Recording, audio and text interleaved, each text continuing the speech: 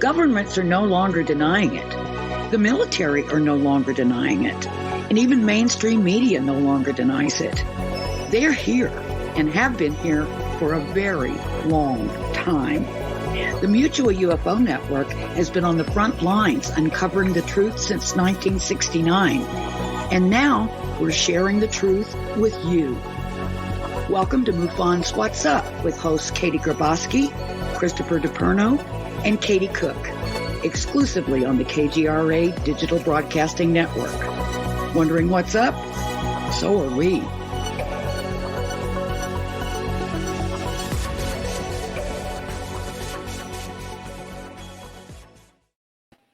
What's up? It is Tuesday night and you're listening to MUFON What's Up Radio, the show that says discovery starts with curiosity and curiosity starts with MUFON.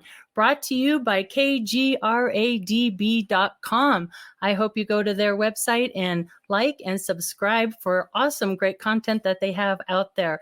Keeps you busy for hours and hours. I always like going to sleep listening to their shows. I'm your host, Katie Grabowski, the Colorado MUFON State Director and the Mars Administrator. As always, we're endorsed by MUFON, the Mutual UFO Network, always asking that all-important question, are we alone in the universe? This week, I want to remind everybody to make sure they go and register for the 2022 MUFON Symposium, the International Symposium. It's going to be right here in Denver.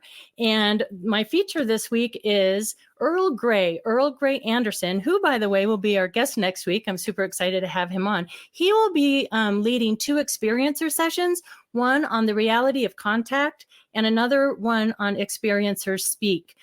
So I hope that you can join us out there in Denver.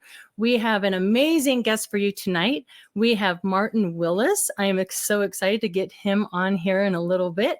He has so much UFO information from his podcast, UFO, that he does also here on KGRADB.com, actually Tuesday night right before us. So welcome to all those guests who are visiting us from Martin's show. So hang in there. We'll get him on shortly. First, I'd like to introduce my co-host. We have Katie Cook. You've seen her on country music television for almost 20 years, and she loves all things UFO and paranormal. Welcome, Katie. It's good to be back. It's so good to have you back. We missed you last week very, very much, but glad you're back. And yeah, tonight's going to be fantastic. Really excited to ask Martin all kinds of questions and excited to see how many of his listeners are joining us tonight. It's going to be really cool. Yeah, absolutely. And we have none other than Chris DiPerno. He is New York State Director, New York's ERT, and he also has co-host guests with him, Jenna and Jerry. Welcome, Chris. Yeah. Can you see me? I see you. My God. Where's Jenna and Jerry? My wife bought me a new chair. It's supposed to help my back. And I feel like a seal on a beach ball. So that Jesus. No. What's happening? We lost Chris. I'm sorry. Are you there? Hello? Jerry, Jenna, help him out. Oh, there they are. There they are. Look at Jenna all dolled up. She got a dress. Oh, she's got like a tutu on. Oh. That is the cutest thing I've ever seen. Hello, everybody. Hi, Jenna has a tutu on. Welcome to be at the show. Now I got to go to the chiropractor and fix my back. You're a nut. My new chair. Why is Jenna all dolled up? Oh, she got a skirt. She went El Natural last week, and we decided that we'd get her some clothes. So she wanted a blue skirt for the springtime coming up. Of course, it's still snowing in Buffalo, New York, but we decided she wanted a nice little skirt, and Jerry picked it out, and so sweet. We got her nice and yeah. Good taste. Sweet of Jerry. I like it. Yeah, he's becoming quite the guy ever since he stopped drinking. Oh yes, yeah, and so he's stuck with that. He's still he's working out all the time, and he can do it. Good You job, can Jerry. do it. Awesome. Yay. So, Katie, what do you have to kick us off this week? Oh, well, let's kick it off with a meme as we always do. I love this one. Our friend Dev Rooney sent this. Well, she posted it, and I was like, I have to steal it and share it on the show. For those of you just listening, so there's a classroom, there's an alien, looks like Mothman, and of course there's a ghost and Nessie, but Sasquatch is the teacher, and on the blackboard it says, how to remain blurry in photos. Ain't that the truth? It says cryptozoological night classes at the Learning Annex. So that's what's going on. They're actually learning week to week on how to evade us, those naughty little things. All right, let's talk about the paranormal pop of the week. I'm excited. These are little mini ones. Can you see the they're like little tiny alien heads. They're so cute. So these come in a set of 9. They're vanilla flavored, easy to throw in your purse or take to work.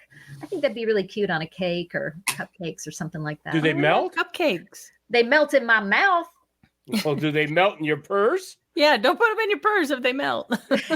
Well, I wouldn't leave them in the car like on a hot day or something. They're not going to hang around long enough to get melted. Let's just be clear. It's like, so you can order those at paranormalpops.com. And finally, I found a couple cute shirts, UFO ladies shirts. Nothing for you this week, Chris. Sorry.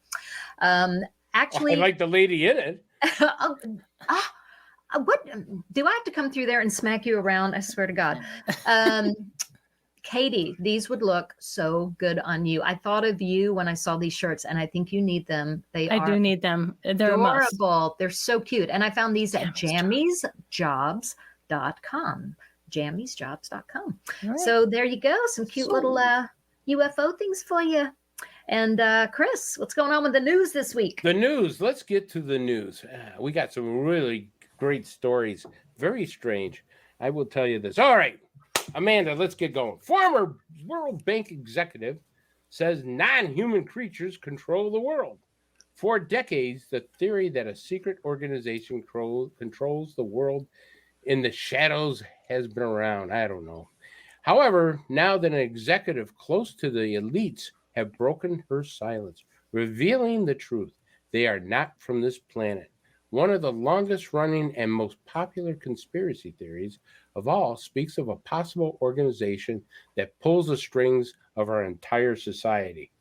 This elite group would be found within the economy, religion, industries, and entertainment, occupying Johnny Depp, I wonder if he's an alien. Anyways, occupying quite important positions, even though many people discredit it. This theory gains much more strength when a former World Bank executive is the one who decides to break the silence and publicly reveals that not only does the elite group exist, but that they do not belong to this world. So who is Karen Hudes? Hudes. Come on, Karen. Karen was a senior executive in the Treasury Department of the World Bank until 2007. I wonder why she lost her job. Anyways, in her resume, she holds a degree in law from Yale University and economics from the University of Amsterdam. In addition to her work at the World Bank, she also worked for an export-import bank of the United States, including working in the World Bank legal department. That's a great place for her. Her career was impeccable, and she was held in a very high esteem during the 20 years she worked at the World Bank until she was fired in 2007 as a legal counsel. The reason? Denounce the corruption of the elite that is dominating the world. That sounds like a horror movie. I tell you, I got to wait to see this on Netflix. It's possible non-human origins.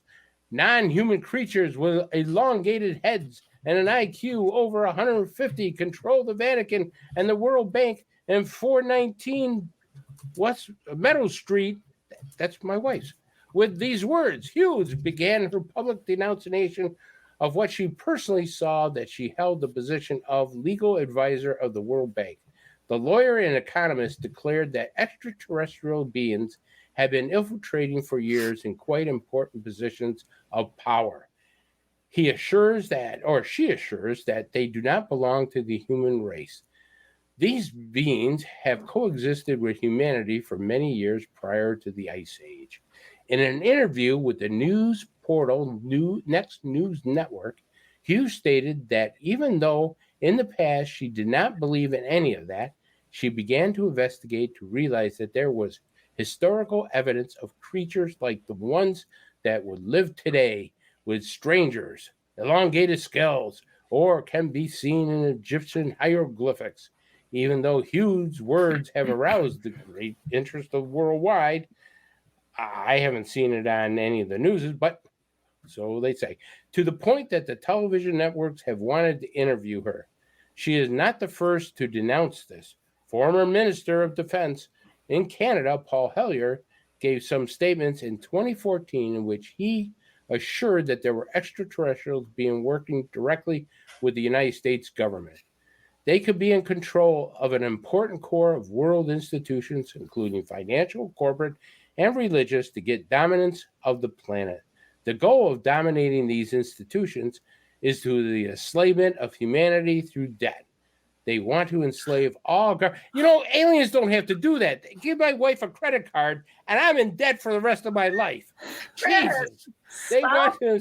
What? You're ahead. That's true. They want to enslave all governments and politicians to give up huge financial contributions to the use of their political campaigns. Because this elite also manages the entertainment and media industry, the truth is that they're extremely difficult to find out about this. Amanda, roll that first video. People. Now, think of this as an elaboration on a larger scale, and what we're dealing with actually is humanity and the elite, the secret societies, the Vatican. They're traitors to humanity, because the one at the very core that's pulling the strings is a different species. They're not the human race. They're called Homo capensis. They have been on Earth together with humanity for before this ice age. And the reason I know about this is because I was trying to help out a movie producer who couldn't get his movie. It was called The Banksters Made Off with America, Edmund Drille. And he introduced me to his network of whistleblowers. One of the people in that network is a neurologist who went to Yale Medical School and was retired, and he was trying to find out what was at the very core of all of this corruption. And so you mentioned this species, an additional species of humans, or no, they're not humans. They are so distinct from humans that if they were to mate with humans, their offspring would not be fertile. Are you speaking of what is really remarkable, actually, is that we have had so much evidence, and we haven't had any studies into it. If you look at the archaeology, there is a civilization off the coast, because the sea level has risen by 400 meters. But what do we know about this ancient pre-Ice Age civilization? Right now, to be we do have a map. Some people might say it's completely crazy. What do you say to those people who are watching this right now going, I don't believe a word of it? I would say you need to read the articles that Ed Spencer has sent me. You need to look at the skulls in the museums. You need to read the DNA studies. And so I'm going to presume that they probably also know that there are individuals, and they're not humans. They do not have the same kind of DNA that we do. And I can tell you what I know about them. They're very mathematical. Their average intelligence is about 150.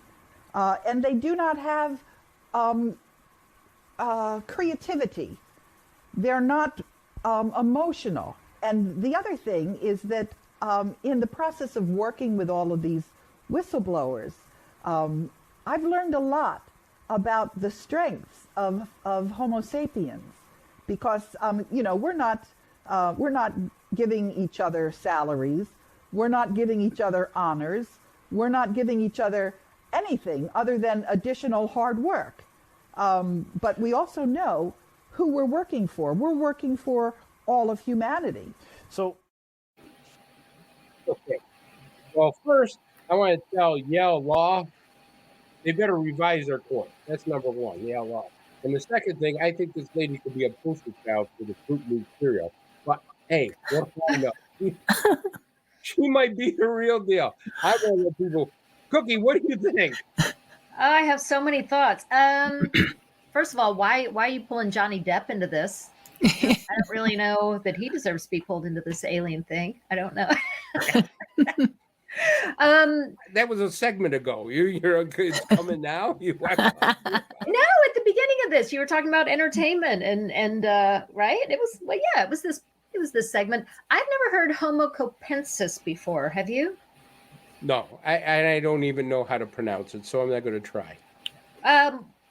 Well, yeah, I think that's what she said. So she talks about them having a lack of creativity and being emotionless. I mean, that definitely rings true. I know the World Bank is very mad at this woman. I don't know if she's telling the truth or not. I know they put out a quote in 2014 saying she is not with us. She does not work for us. So they're definitely separating themselves. I mean, hey, you know what? She probably has more inside knowledge than we do. I think it's worth hearing anybody that has held that kind of position and what they have to say. But I'm just going to say this real quick. I'm not sure I can totally buy the idea that the entertainment business is totally ruled by this elite. Just having been in the entertainment business for so long and seeing why things get picked up and funded and why things don't. I don't know that it's quite as exotic and high powered as people want to believe. I do believe there's some priming going on. I can understand that, and maybe some things could make it through that, put forward a certain narrative. I'm open to that idea, but I just don't know that when somebody's like, well, my script didn't get picked up because the elite shut it down. Well, you may have had a bad script. I mean, maybe it just sucks. Yeah, I don't know. And there's so many different kinds of alien movies, from ones that love us to ones that want to annihilate us. And I just don't know that I believe that narrative all the time, but that's just my thoughts. Yeah. I don't Katie, think we're what do you that. think? I don't think we're that organized that somebody has complete control over everything. Come on, we're not that all together. I think it explains a lot. I don't know. I mean, you have all those people who say there's really no parties, that, whether you're left, right, or in between, it's all being controlled by some bigger entity. So maybe that speaks to that. I also had the question of are these the RH negatives? I mean, I don't know. So many questions like Katie. I don't know. I agree with her too. Just listen to, what she has to say with a grain of salt. Take it in, process, and take it out. You got to remember, you got to filter this type of stuff, because you got very well-known people coming out, like Paul Hellyer was one, Israeli scientist who was the head of the Israeli Space Agency. He's come out. Bigelow's come out.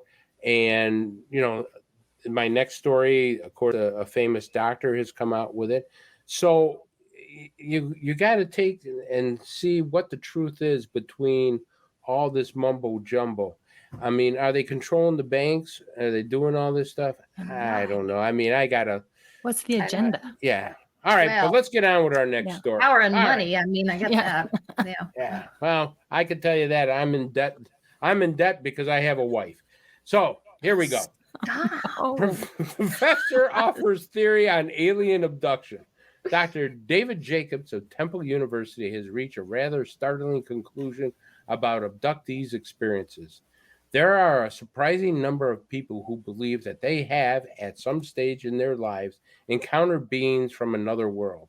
The typical abduction experience usually involves a person being taken from their home, subjected to medical experiments, and then returned with their memories of the encounter distorted or erased. One man who has been attempting to make sense of such experiences is Dr. David Jacobs, a researcher and author who has spent years collecting and comparing abductees' testimonies. He has since come to the rather startling conclusion that alien abduction is a precursor to a future alien invasion, with the abductees themselves fulfilling some sort of role during the attack.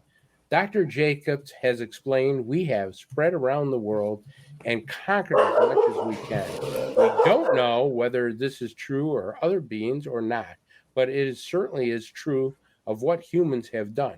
He said Dr. Jacobs' best guess is that, they're doing the same thing that I guess we would be doing. It might be true. Dr. Jacobs also should suggest that reports by abductees of human-like aliens aboard UFOs could indicate that plans to infiltrate human society are already in motion. What they are describing was that the ones on board who look really, really human were coming down and trying to learn what it's like to walk among us, to be human, he said.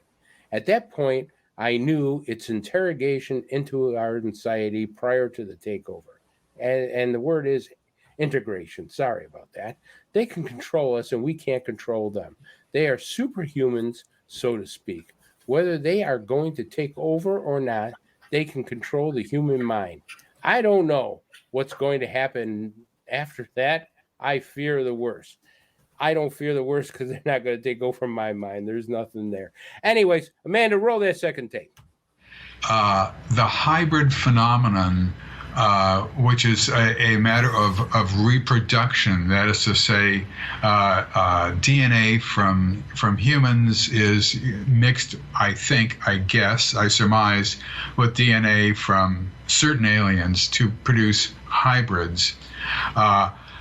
This reproductive aspect has been known since the very, very beginning of the abduction phenomenon that made publicity. That is to say, the Antonio Villas-Boas case in 1957 in Brazil and the Barney and Betty Hill case in 1961 in New Hampshire. Those are the first two cases that we ever heard of, and both of them had a reproductive aspect to them, which, of course, nobody on Earth had any knowledge of or could figure out or anything like that.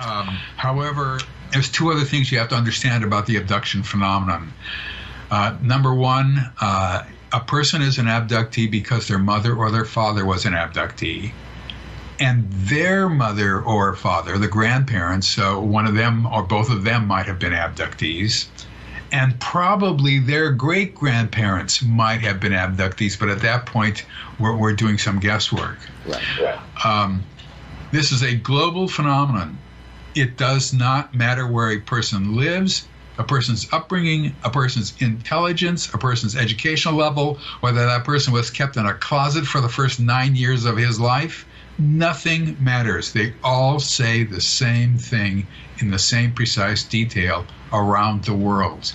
There has never been a phenomenon like this in human history. Now, most abductions that I've looked at don't happen when the person is asleep, but it's close. Or a fully formed scar on your body, fully formed scar that was not there the day before. I have seen this with mine own eyes, as they say.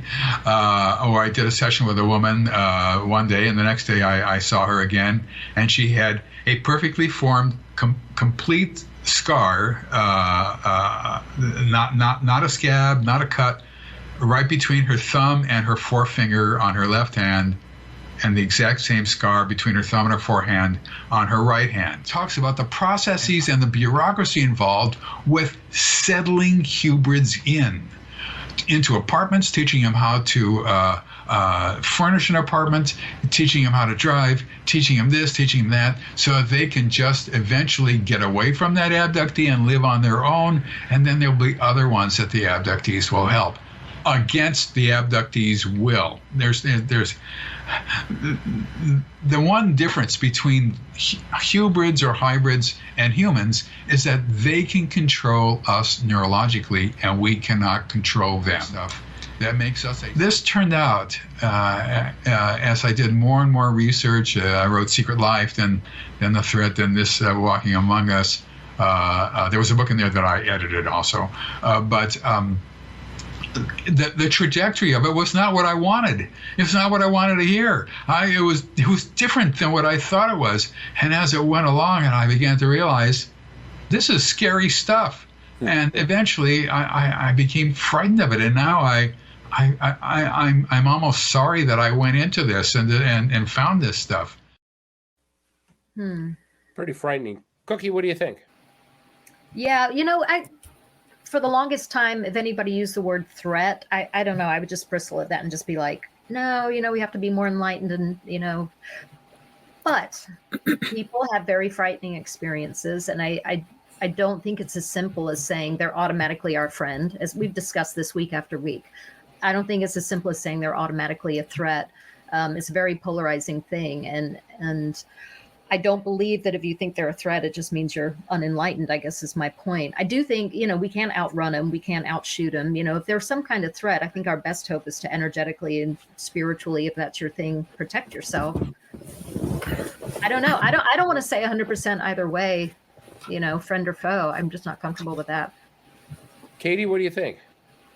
Yeah, I think when we talk about motives, it's hard to, it's anybody's guess. I mean, we don't know what motivates each other, let alone ETs. So I don't know. I get kind of lost in that. I kept thinking about in the back of my mind, though, that Havana syndrome, what is that? Is that something that we have, or is that something that another race is using on us, our brains? No, the Havana and that's a syndrome scary is done thing. by microwaves. You don't think another ET race could have control of that and be doing something? I'm not saying that that there's something similar to it. That I do know that there is something similar to the Havana syndrome that abductees have had side effects with. Right.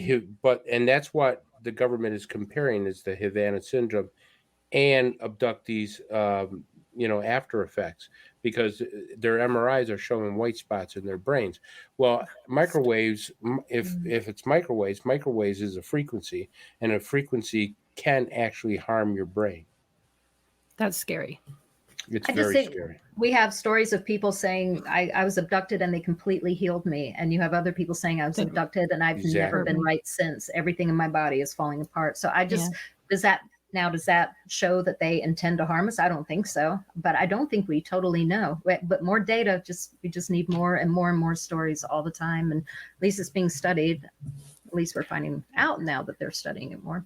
Maybe they haven't realized that they're telepathic. The way they talk to us telepathically harms our brains, because maybe whatever they use to put a telepathic thought in actually creates an injury, and they haven't come to an idea or come to a way of solving that problem yet. I never thought about telepathy being harmful in any way. I don't like the thought of that. Yeah. I've had telepathy a few times, so I hope that hasn't done some damage. Actually, it might explain a lot. That's what's wrong with you. All right, well, let's get to the next story. And I'm not going to joke about this one because I had a very heartfelt talk with an abductee. And I was one of the most amazing stories I've ever heard. I actually read her story, and then I went to talk to her. And well, let me just start with this.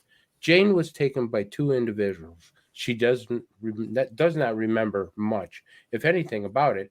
Perhaps they drugged her. She woke up in a strange environment. Unlike anything she has ever seen, she sees odd-looking individuals she does not know, nor does she understand. She is supined on a platform. She is naked and is being poked, prodded, and things she cannot perceive are being done to her. She has nothing to base this experience on, does not remember going through anything like this before, and she is confused. She is scared. She is in pain and screams. She has somehow returned to her home. Her clothes are inside out. She has strange marks on her body. She feels tired and is thirsty. She realizes how late it is. She doesn't understand and is upset. She also doesn't remember she has gone through this many times.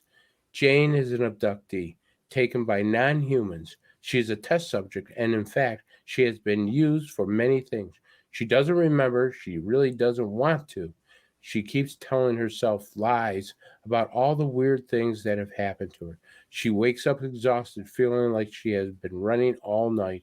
She has bad nightmares and sees markings and odd things somewhat done to her body. She must have eaten something bad, gave her nightmares. She's been under so much stress. This is a story of an abductee, alone, frightened, and has no idea who or why this is happening to her. She does not know it's happening, and the individuals who are doing this are aliens. So I found Jane. Her name is really Linda Thompson, and I want to really quick share her story with our listeners. Amanda, would you roll that tape, please?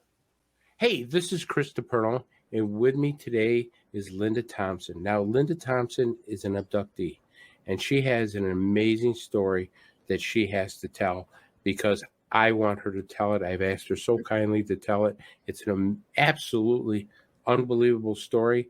It's scary. It tells what a real abduction is all about. So let me introduce you to Linda Thompson. Hello, Linda. Welcome to the show.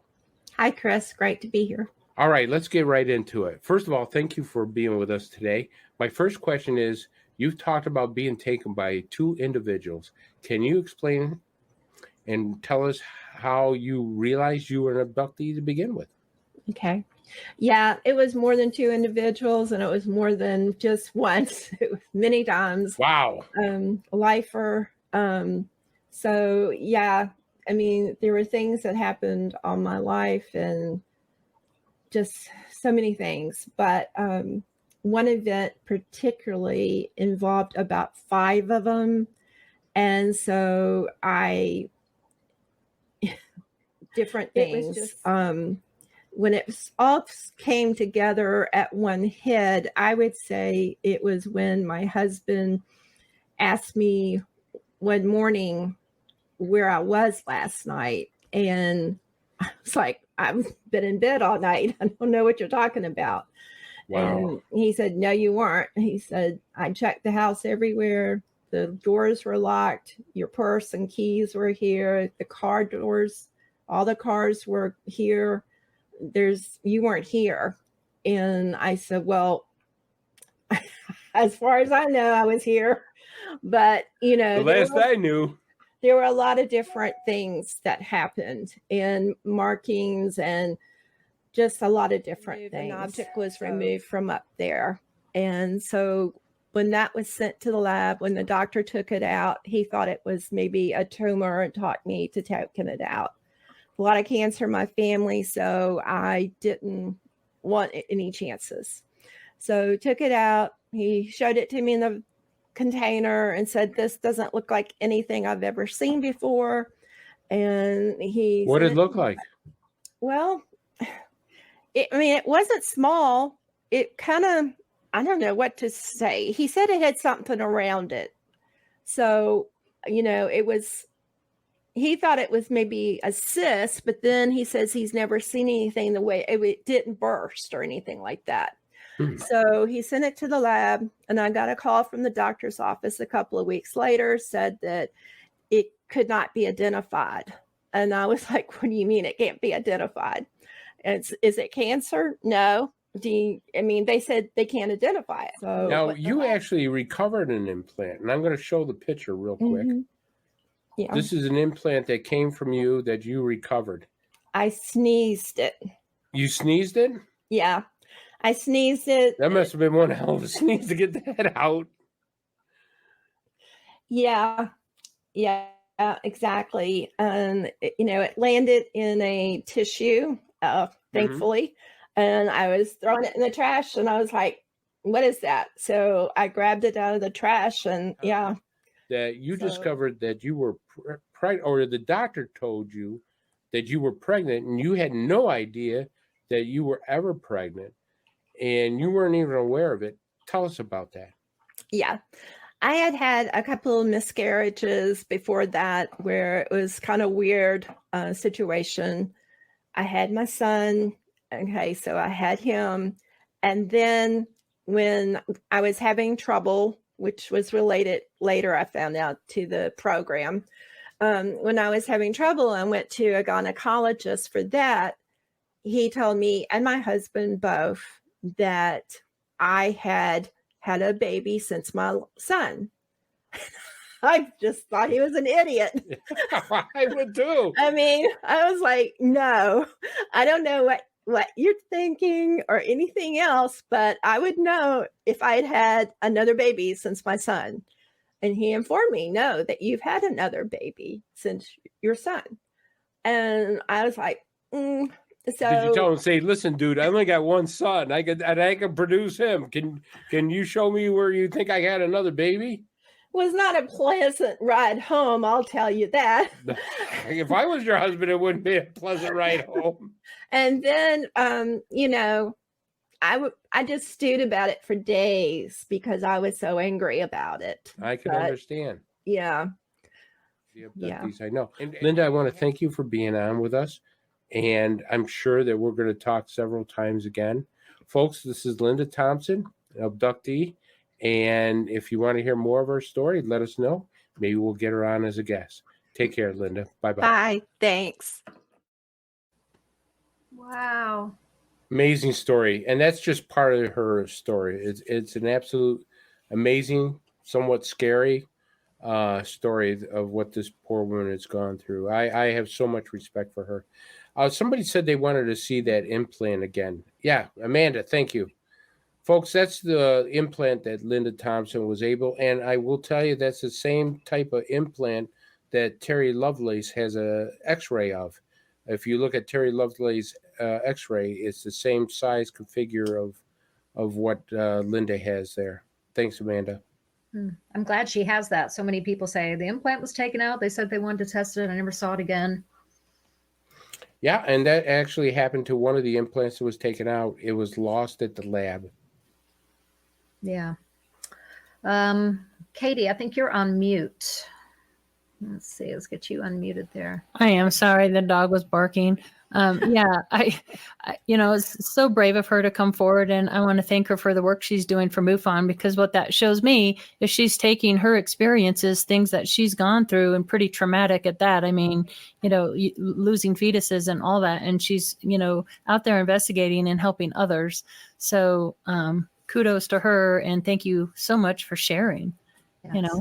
She's a hero. Yeah, absolutely. Right. So I think it's now a good time to bring on our guest. Are you guys all right with that? And we'll save what we had for next week. We kind of ran over with that, but I think that was an important story to share, and great news, by the way, Chris. So our guest this week is Martin Willis.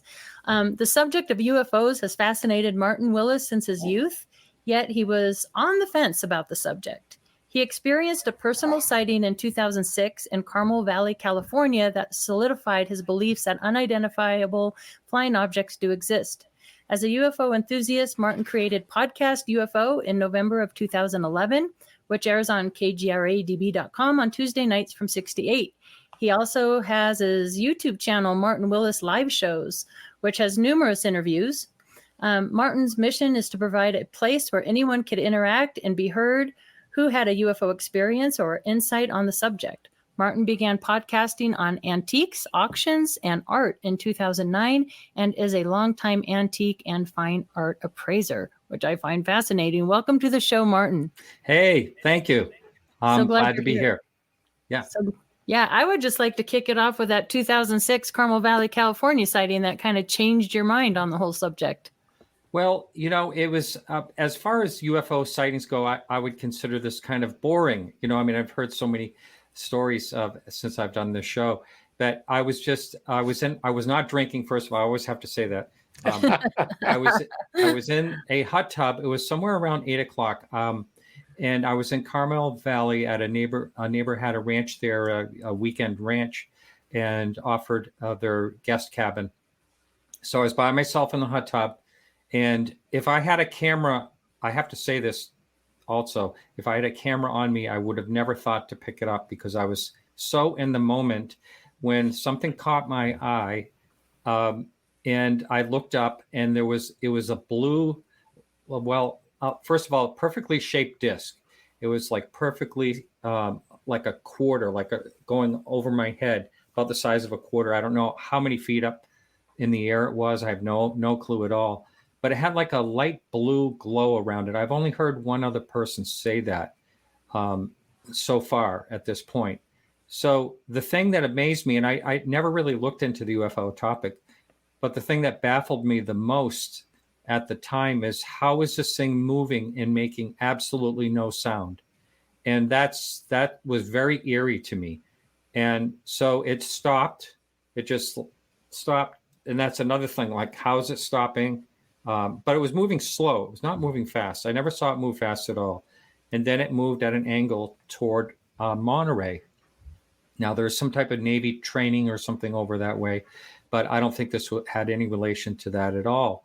So I jumped out of the hot tub. I went back to the guest house. They had the old dial phone, and I called the police department. I didn't know who to call. I had absolutely no idea that there was anything like MUFON or any place that you would report something online. So I called the police department. I said, this is a non-emergency. And she was very, what's your emergency? She was very annoyed. And then I said, there's an object that just went over and it's heading toward Monterey. And I want to know if anyone else has seen it and what it is. And she was extremely sarcastic. I was waiting on hold for about 20 minutes or something like that. I finally hung up and just was kind of discouraged with the whole thing. So I'm working at an auction gallery. I was an appraiser in Oakland, California, and I had a really good friend there that I was actually mentoring on silver and things like that. And so I said, well, don't tell anyone, but I told her the whole story, and it's not fantastical if you ask me. It's nothing earth-shattering, but to me it was extremely interesting, and it really changed my mind about, hey, this stuff is real. Whatever it is real. So I told her not to tell anyone. I told her the story, and it wasn't even a half hour later, people were teasing me. So the story got out there. So I kept really quiet about it for 4 years. I started my podcast on antiques, and I was on someone else's podcast who asked me what the weirdest thing that ever happened to me. And I said, I told them the UFO story. And this was a comedy podcast I was on, and they started, the guys teasing me, asking me how the probing was and all that stuff. So, but anyway, all of a sudden I had this idea, well, maybe I'll start a show on UFOs. I like podcasting. It was really hard to do back then. I mean, it's so easy to do now compared to then. So I contacted everyone. I started watching YouTube, who's in the UFO field out there. Stanton Friedman, that looks like a good one. This person, that person. I reached out to everyone I could think of, everyone out there. And finally, Stephen Bassett said, okay, sure, I'll be on. I said, I'll be doing my first show. And he said, sure, I'll be on. So because that happened to me, if anyone ever asked me to be on their show, I always say, yes, I'll be on. And I was the first one on, let's see, what is it? The celebrity review, unidentified celebrity review with Lewis out in California. I was his first guest. So I'm willing to share that. But that was, I had a fireball incident that was much more interesting than my UFO sighting. That was crazy. So that's it. That's how I got started. And it's, like I said, it's not real exciting. It didn't speed off. I didn't see anything unusual movements other than it stopping and just sitting there and then, moving off. Everything was really straight, like it was straight, a very straight line. And then it stopped. And then it was a very straight angle toward Monterey. There was no wavering. But other than that, it wasn't really that exciting. So that sounds pretty exciting. Sounds pretty exciting to me. Yeah. And have you got started with this stuff watching Stanton and then talking to Stephen Bassett? You certainly started at the top there, which is cool. I do want to stay on this experience that you had for a moment. So many people say, I just didn't grab a camera. I don't know. I was just so in the moment. And you've talked to so many people that have had so many experiences. I always wonder, is it truly just that you're stunned in that moment and you don't grab the camera, or could you be manipulated into acting a certain way? Because a lot of people will look back on their contact or just, seeing a UFO experience and be like, God, I'm not sure I behaved the way I normally would. Do you have thoughts on that, whether or not there was any control? I don't in that particular case, in my case, but I totally agree with what you're talking about. I've heard that many times where people don't understand why they didn't do something like grab a camera, or the weird thing that you hear a lot of times is people don't even talk about it afterwards. They may be with a group of friends and they don't even talk about it, with each other after it happens. So yeah, I think it seems like something's going on for sure. It's weird. Yeah. Martin, I have a question for you. Yeah. What are there's so many experts out there giving their opinions. They think it's dimensional. They think they're from other planets. They think they're from under the water. I want to know your thoughts. You've been in this business for a long time now. You've interviewed hundreds of guests, hundreds of experts. What do you think UFOs are? What's your opinion of where they come from and what they are? Well, and by the way, Jenna needs her head adjusted. You can't see her eyes. I'll tell you that, Chris. Jerry? We need to make Yeah, we need to make eye contact. All right, thanks. Yeah. I'll get Jerry up there. You know, I've said this on my show a number of times. It seems like the longer I'm looking into this, the less I know. Mhm. So I don't think I like the comment that I like that I hear people say, or other people I've heard say, is that they think that it may be a number of things, and I agree with that. I don't think it's just one thing. I think a lot of the things that are unexplained at this point possibly have an explanation, but we only need one, right? We only need one real case. And, I tend to think that a lot of what is happening may be extraterrestrial, but I don't know for sure. I think there could be an aspect of time travel. I also heavily think that there may be some dimensional situations going on, and that might explain other things as well. For instance, years ago, I had what I would describe as a poltergeist experience, right? And, it happened. I saw it with my own eyes. I experienced it. Where was that, Martin? I'm sorry? Where was that? That was interesting. In Portsmouth, New Hampshire. I was working in a house. It's not about UFOs, but if you'd like, I'll go into it real quickly. Yeah, just real quick. Yeah. All right. So I was working in a house. It was during the winter, and all we have in New England, we have storm windows, and they were all down, sealed shut. It was late. I think it was actually early spring, late winter, early spring. So it was a day where you could go outside, with a light jacket on, no problem.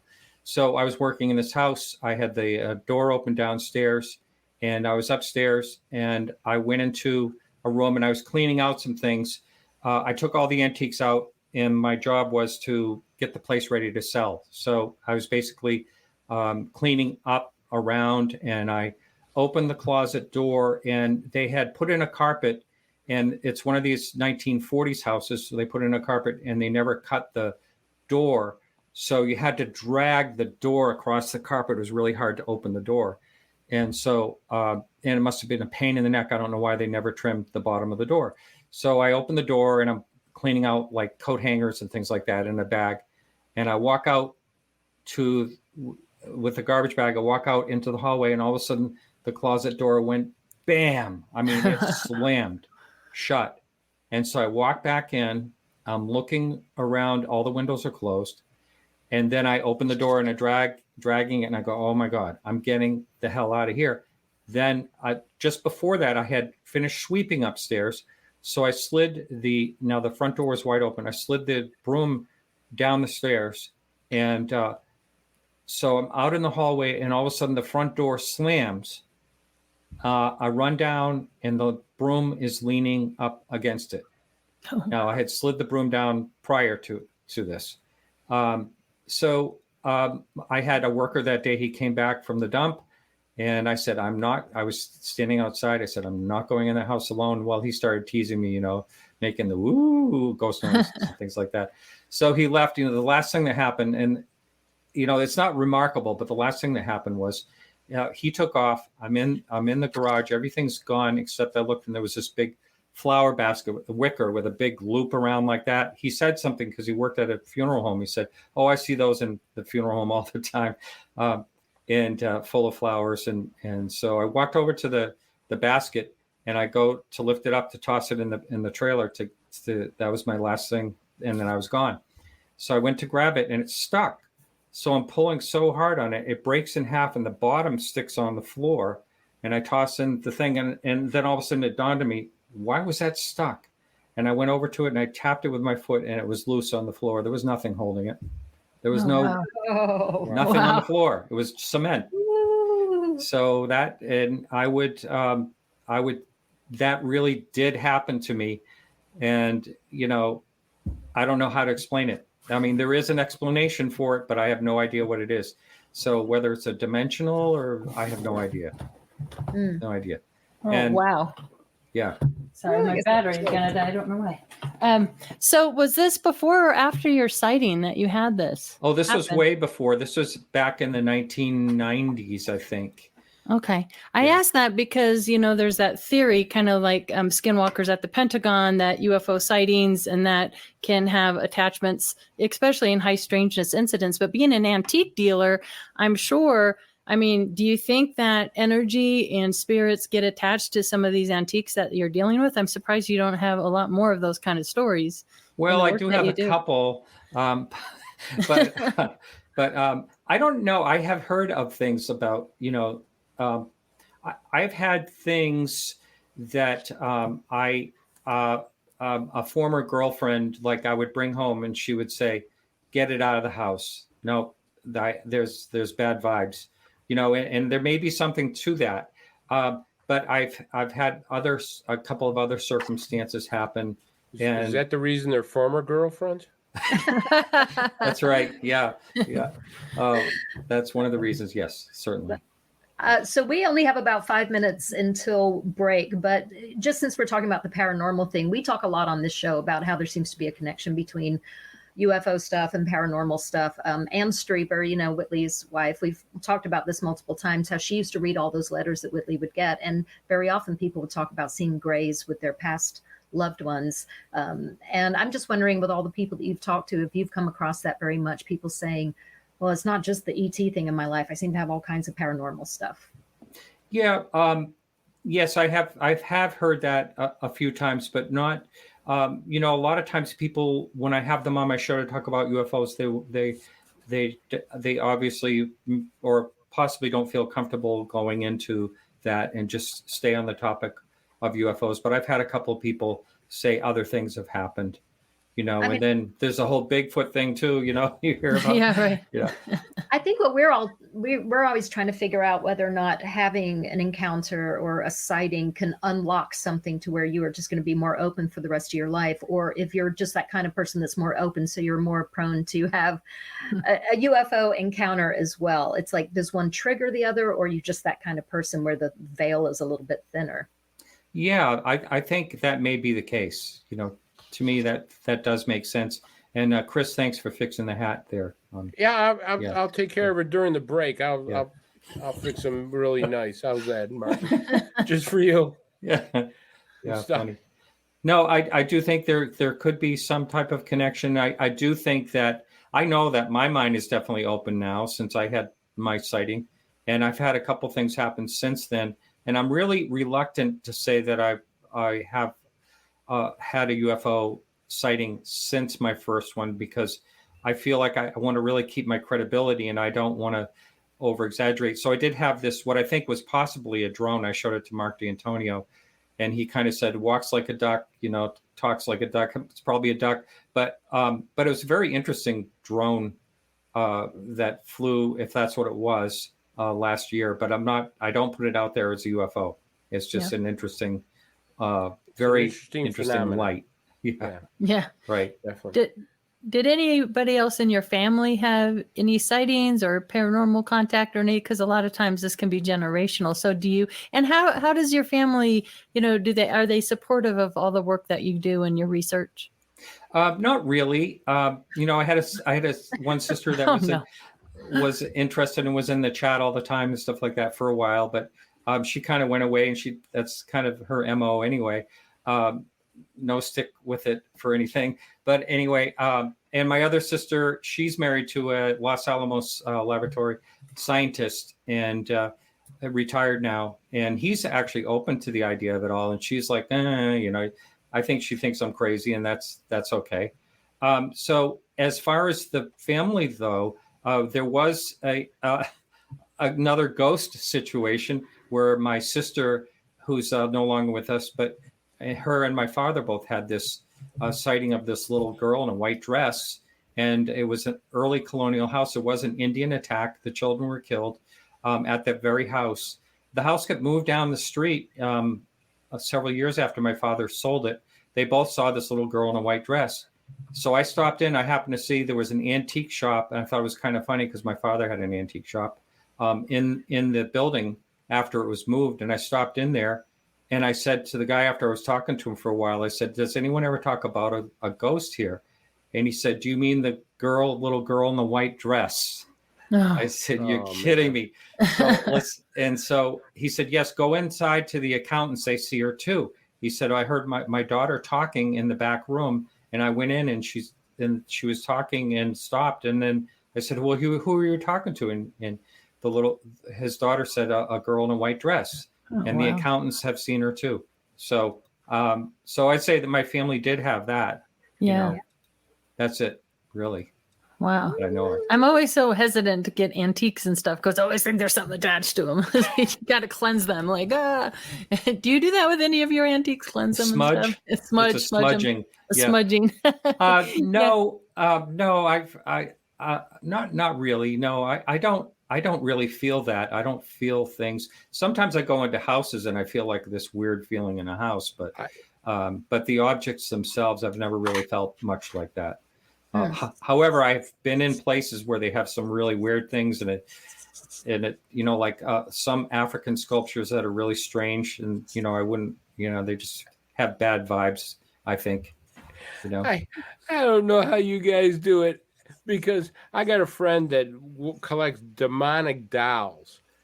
And I won't even go into his house. Yeah. I say, bring the coffee outside. I'll drink coffee with you outside. I won't even go into the place. So, I mean, I think when you start playing with stuff like that, you're playing with gasoline and matches, and sooner or later, it's going to light the wrong way. Yeah. I mean, that's just my opinion. It could. Oh, it looks like Katie just dropped out there. We've got less than a minute to break. So let's spend 30 seconds making sure that anybody who's watching who has not seen your podcast, Martin, can you tell them about that really quickly? Oh, yes. The podcast actually turned into like a live stream. It happens every Tuesday night at 6 to 8 p.m. Eastern Standard Time. And the live stream is unedited. I've gotten lazy. I used to edit the podcast and all that. So I just take the live stream, I take the audio out, and I put it out on the podcast feed, and I get up to 80,000 downloads per show. So it's fantastic. It's just that it's been around a long time. Well, you've been around for a long time. Yeah. Well, and stick around because we're going to break right now. Don't go anywhere. All right. We'll be right back. Give us about 3 minutes. We'll be right back.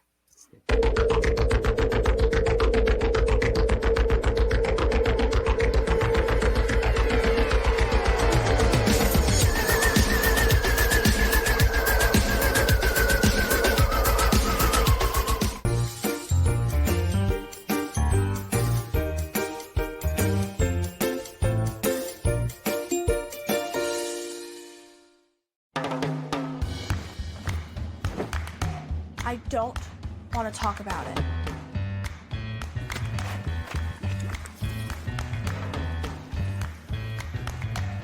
I don't want to talk about it.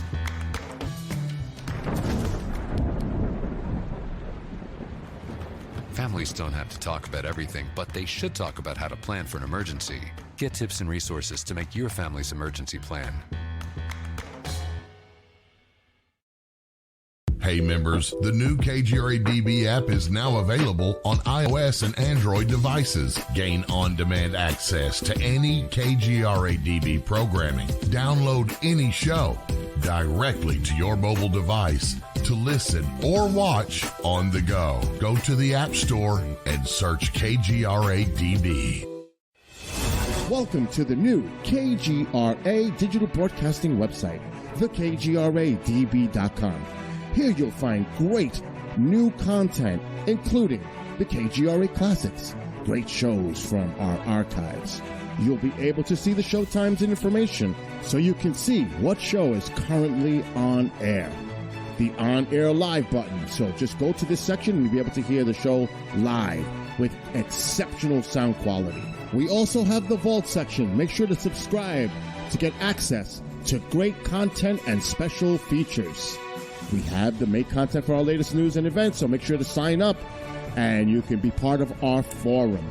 So make sure to check out the new KGRA digital broadcasting website, thekgradb.com. We look forward to seeing you there, and we hope that you enjoy the new website.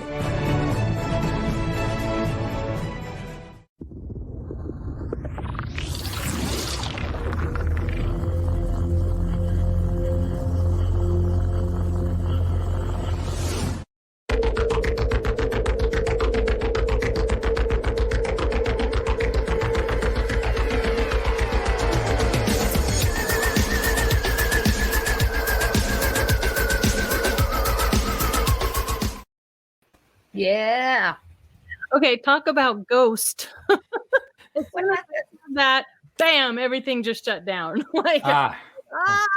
Anyway, I'm back. Welcome back. We are here with Martin Willis. I want to switch gears a little bit. Speaking of like time travel, what do you think of the, Michael Masters, us in the future, ETs are us in the future theory? What do you think of that?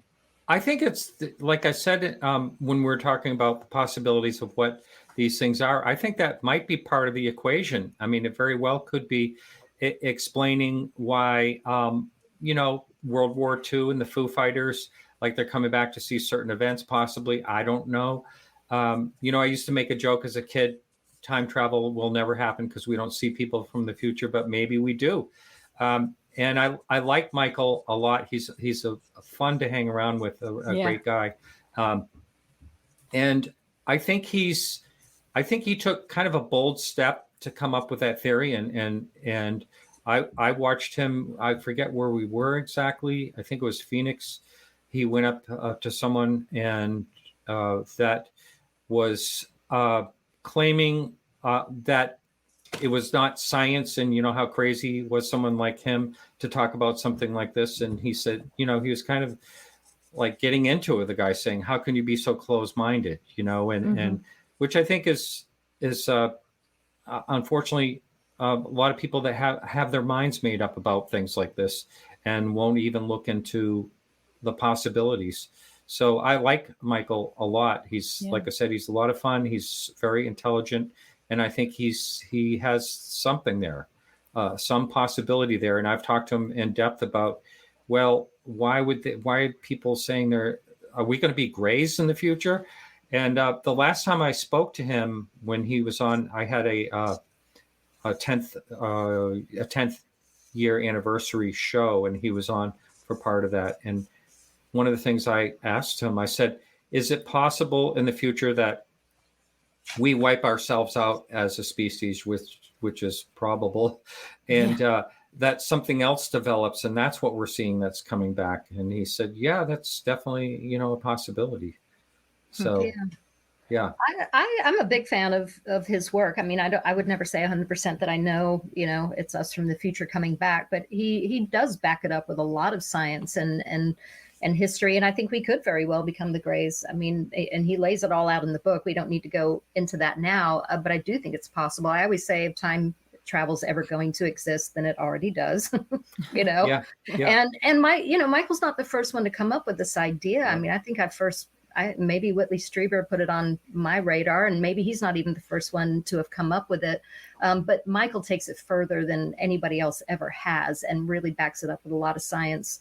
And he's the first to say he doesn't know it all either. But that always really resonated with me, the whole time travel thing, because if we really do screw ourselves up that bad, and we could come back, if for no other reason than to observe, I think we would, but maybe more importantly, to pinch what we need to guarantee that we even have a future. And it would be extremely important for us to not leave a trace and to not have people remember the experience and to not alter, because people say, why aren't they showing up and just making the planet better? Well, there could be a very good reason for them not to tinker, with history. But, I'm only halfway there with the whole time travel thing. It could be a lot of other things too. Yeah. Before we move on from that, just quickly, I just want to say something. My new girlfriend, which is a good girlfriend. This is a man of my own heart. I love this guy. Yeah. Has told me that when she was like 8 years old, she had come up with the time travel thing. Mm-hmm. Like maybe we're being visited by someone from the future. Maybe that's what UFOs are. At 8 years old. So I thought that was pretty interesting. She's in the know. She sounds very smart. Yep. Hang on to her. Wait, so I just rambled, but I do have a question. Okay. We were watching Linda's story earlier about the implant removal. So again, you've talked to so many people probably that have had this experience. A lot of people say the implant comes out, no more contact. But what's your take on that? Because I'm thinking, well, if they really want to track you, if that's what it is, can't they just show up and put one back in? I mean, is it really like, oh, darn, she took it out, we can never have contact again? Do you have thoughts on that? Yeah, it's a tough one. for me, I think, well, why can't they just take these implants and really do testing on them? I know Dr. Roger Lear, I had him on my show years ago, they started to do tests, but they were inconclusive. It was also Jeremy Corbell did Patient 17, I think it was, something like that, that movie. But there's never anything conclusive on that. And you would think that that would be such hard evidence, like if that's what they were really, these implants are doing. Now, I'm not sure what's going on with what Linda has. I would be interested to know if there's anything, going on as far as that being studied to see what it is, tested or whatever. But, when I first got into this, I was really leery of the whole abduction thing to begin with. But also, as time has gone along, I've thought, well, if they are whoever they are coming here, they wouldn't just be looking and observing. Of course, they would maybe be doing tests and things like that. So I think there really could be something to that. And, there are some stories, the Pascagoula incident, there's the Allagash incident, there's Travis Walton. All these abductions to me seem really legitimate. And I have talked to all those people involved in those cases. And, I think there's really something to it. As far as the implants, I really don't know what to think about that. It seems to me almost primitive in a way. If they're that technologically advanced, couldn't they just track, someone without any, like through their mind or something? I don't know. Yeah. I can tell you this, Martin. A lot of abductees that I've talked to have discovered they have more than one implant. Terry Lovelace had 2. Linda Thompson has had 2. They've had more than just one implant. A lot of times, like Linda took hers out of her nose. That's the one that she had that was a square. Terry Lovelace had one in one leg and another down by his ankle that was discovered that's unknown. So I think you're on the right track. As far as, why they wouldn't have something better than these things. But I think they put more than one tracking device in you in order to do that. Mike, here's my question to you. And you have done so many interviews. You've done over 500, I believe. What is the one definite thing you could take away from all these ufologists you talk to, all these people you talk to? What is one thing that you've learned that you could say is a definite? There's definitely something happening that we can't explain. So that's the most powerful thing that I have gotten out of this. It's absolutely without question, there's something going on. I still don't know exactly what it is. It'll be a mystery. And I always say that if someone tells you they know what it is, you better run, but that's the most I've gotten out of it. It's kind of frustrating because it would be so much better if we knew exactly what is visiting us and why and what do they want. Those are the questions that we want answered. But I do think that we are definitely being visited and observed. So that's all I got really as far as the big number. Well, that's one. A good answer. Yeah. Is there one particular case that made you turn the corner? I mean, I think you and I aligned quite evenly. It took me a long time to be convinced that there was something even going on. And then the abduction took me even longer. So I agree with everything, but was there one case in particular or what was it that kind of went, yep, there's definitely something to this? Can you pinpoint I think, well, barring my own experience, I would definitely say that the Ariel school incident back in September 1994, to me is the most compelling, and I can go into that. But before I do that, I have a little announcement to make. Oh, good. Randall Nickerson and the Ariel Phenomenon, the movie, is coming out finally after 15 years of work, September this year. I don't know what platform it's going to be on, or if it's going to be in theaters. I have no idea. All I know is that directly from him that it's going to be September this year.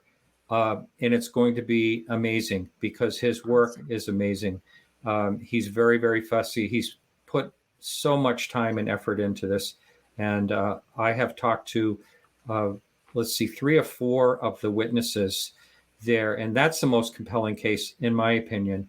When I've talked to Selma Siddiq, who is one of the people she was right there. The being was about 4 feet away from her. She describes it as like porcelain skin, sort of luminescent a little bit. And she said the hardest thing, she was worried about her siblings, and she wanted to go check on them. And she said one of the hardest things she ever did in her life was to take her gaze away from the eyes. It was like they were locked. And a lot of people they claimed they had telepathic messages, and they were all the same. Take care of the earth. They're destroying the earth. So I think that, now, I don't know if your listeners want to hear the whole story, but that case in particular. Yeah, go for it, Martin. Yeah.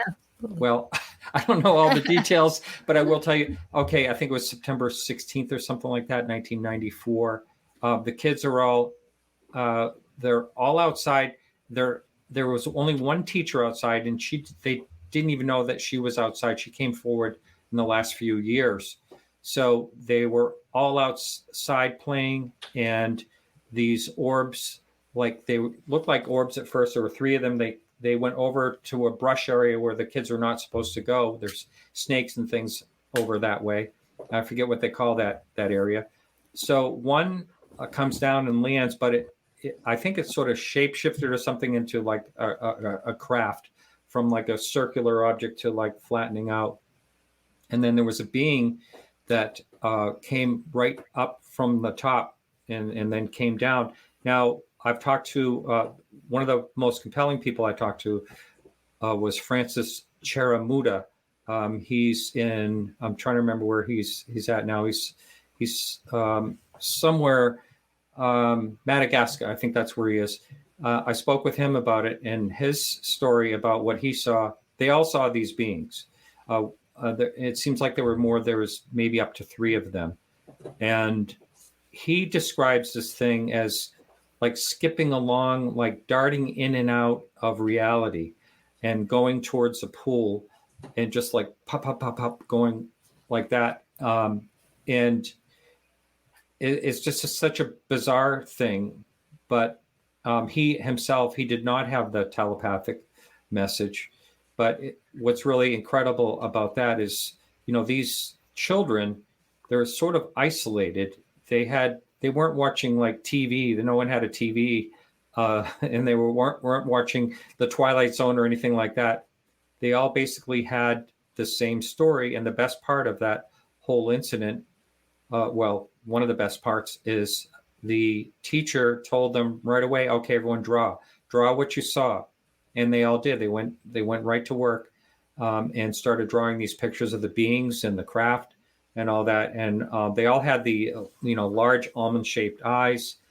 And then John Mack, a few weeks later, it was a BBC reporter that came and took a lot of interviews. Then child psychiatrist John Mack, Harvard-trained, Harvard professor, showed up. He knew exactly how to talk to children, make eye contact at their level. It was very gentle in his words and non-leading. He just got them to speak, feel comfortable and speak. And if those videos used to be up on YouTube, and I'm not sure what happened to them, maybe the licensing or from the John Mack Foundation or whatever, they were pulled or something. But those interviews are so compelling for those children and what they saw. And I think one of the things that is kind of scary was one of the girls was so afraid of why are they here? What do they want? It's kind of bone chilling when you listen to them talk about it. But I think that, in my opinion, that's the case. When after I watched all those interviews and looked into it deeply, I think that's myself.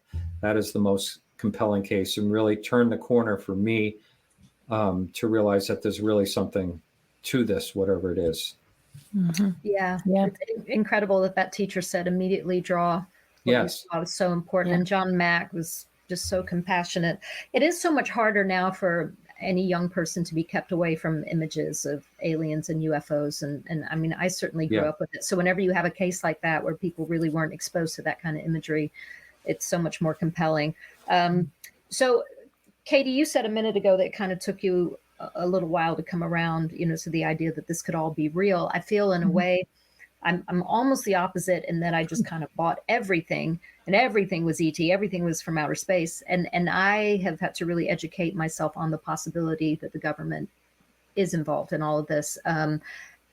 How do you feel, Martin, about the idea that government can be staging abductions and contact? Because we do hear a lot of people that have had abduction situations where they're like, and then there was this one like military looking person there, and that, it's just like, whoa, what?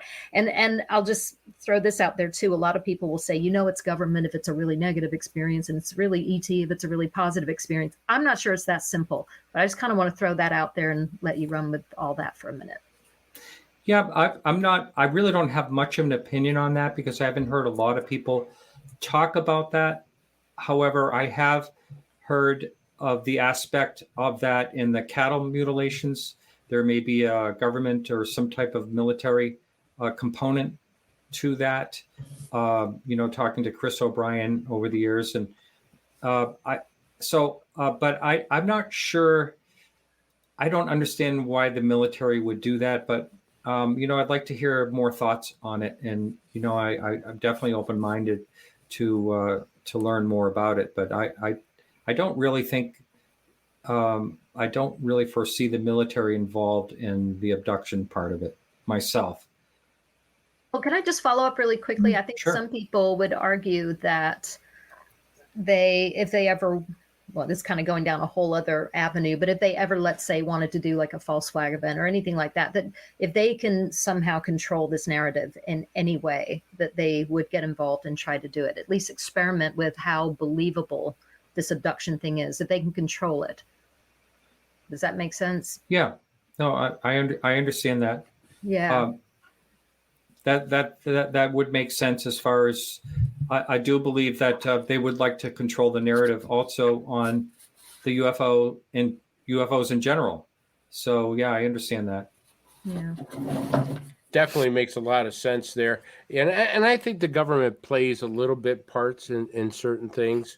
I want to take you back because I saw you mention something about acoustic waves when we were talking about the Havana syndrome. And I'm really I think you're on the money on some stuff, because back in the 1950s, the Russians developed microwaves to actually harm human beings. They actually harmed a diplomat in Russia with microwaves as they beamed it toward an American embassy. And that weaponry has been developed. We've done it with Project Pandora. We've done the same thing. And there's been a lot of studies about brainwaves and how to manipulate brainwaves and how to manipulate mind control. We all know that it's all been there. But my question to you is, abductees are being harmed. There's no question about that, because the U.S. government is looking into it. Dr. Gary Nolan has come out and talked about it. Lou Elizondo has come out and talked about it. We know pilots have had side effects after their encounters with UFOs. Tell me your theory about acoustic waves, and I'm going to throw this wrench into it. What do you think about maybe telepathic messages being harmful, that they just, when they actually try to talk to us, that they can actually hurt us by that? Well, I think that if they wanted to hurt us, they could definitely do that very easily. If you think about if they are here from wherever they're from, they're probably highly intelligent, much higher than we are. So, I think they could melt our brain basically if they wanted to. As far as the manipulation, I do think there is some of that. I mean, when you talk to people about their experience, a lot of times they'll say, crazy things like, well, one guy I interviewed had an amazing story where he, all these people on I-95 saw this craft, and then it came right over their car and looking down on them, and he's looking up and all of a sudden hears this telepathic message, don't worry, we're just observing you. And then this thing shoots off, and it's an amazing story. His story was absolutely amazing. Thing shoots off, they watch it take off. He turns to his girlfriend and he says, let's go get an ice cream. So all these cars are on the side of the road with him. They all pulled over to watch what was going on 995. They all get off on the first exit. They all go into the Howard Johnsons. I don't know if they all got ice cream, but every single car pulled into that parking lot, and they all got out and were walking like zombies toward the Howard Johnsons. Well, we definitely know they can manipulate our brains and manipulate our thoughts because they put screen memories in and things of that nature. The question is what's harming these abductees after some of their experiences? Why do some abductees do not get harmed, and why do some abductees actually come out with sometimes very serious physical injuries? Yeah, no idea. And maybe if you play devil's advocate, maybe it's another species that's not so harmless, that is looking a species from wherever that is doing experiments that are careless and harmful, and then maybe some aren't. I have no idea. It's all speculation, really. Interesting. So Martin, I'm going to switch gears again. What do you make of, the news media and the Navy, not so much the Air Force as a whole other topic, but the Navy coming out and doing this, they're talking about UAPs and, this threat. And why is this coming out now? Do you have any thoughts and feelings about that? Why this is becoming mainstream topic? Well, I just to let you know, I had one of I think it is my most downloaded video ever was, I had just happened to had Stanton Friedman and Kathleen Marden booked the very week that came out in December 2017, that Pentagon story came out. And one of the very first things that Stanton said was, why now? Why is this happening now? And yeah, that's a really good question. Why all of a sudden is the Navy comfortable with talking about this? And, it's really a puzzle. And I'm really glad that, things are moving forward. As a matter of fact, I feel much more comfortable being out doing my job as a fine arts appraiser and not being embarrassed that I do a show on UFOs. I've actually talked about it with a few clients that I seem to be comfortable enough to talk to them about it and, to get their opinion. And, that's another thing. I know I'm straying away from the question, but I love when I talk to someone, like when I'm out and about, and all of a sudden they said, oh yeah, my uncle has had this happen, and tell me this great story. I love when that happens. Going back though to why the Navy is so involved, I think that there's a threat, a possible threat, and that's why maybe they're much more bold about saying there's something going on with these UAPs. They have new equipment now that maybe spots them when other equipment never did before. Maybe they were there all along, and maybe they're just seeing them now with the new, the new type of technologies they have. I'm not sure exactly what it is, but I think it's definitely a step forward. And, there's people like Lou Elizondo and other, Chris Mellon and people like that have actually helped move the needle forward in this. And I think it's great. Yeah. Weren't you one of the first people to interview Chris Mellon? I was the first one, yes. And I also got him on.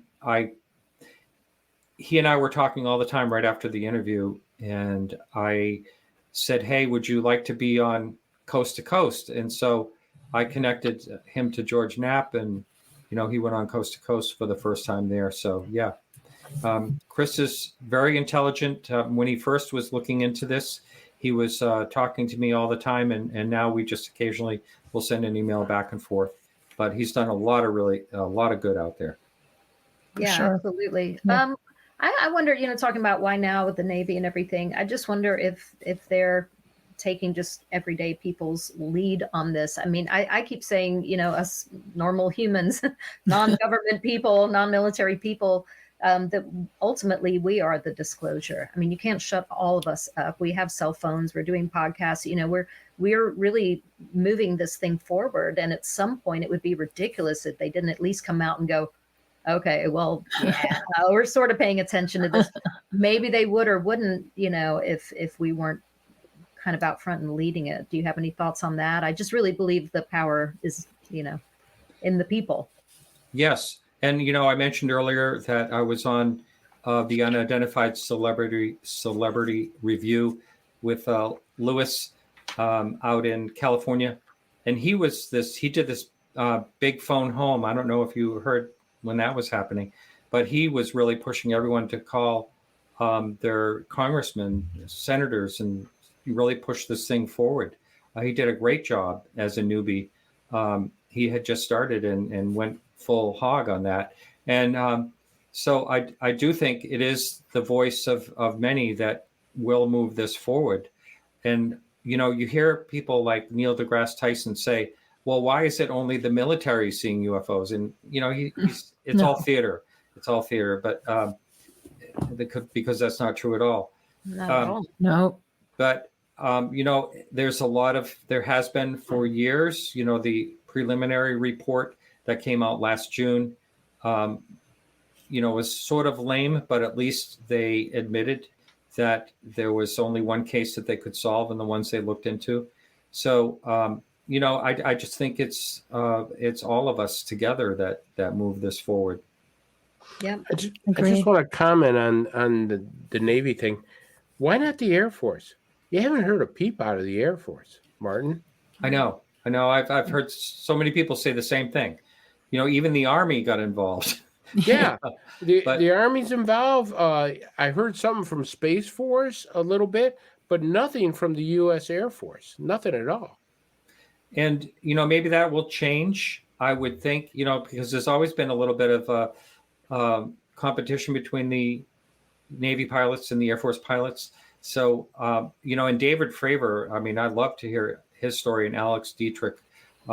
I've tried to get both of them on the show, and that's, they're hopefully Alex eventually, but their stories are just so compelling. And I think there are probably a lot of Air Force sightings, and maybe we'll learn more about that as time goes on. I think eventually a lot of those things will come out. I hope so, because I think, and that's my question to you, Martin. What about disclosure? What do you think is going to happen with disclosure? Well, I think Lou Elizondo said, well, haven't we had it? Isn't this it?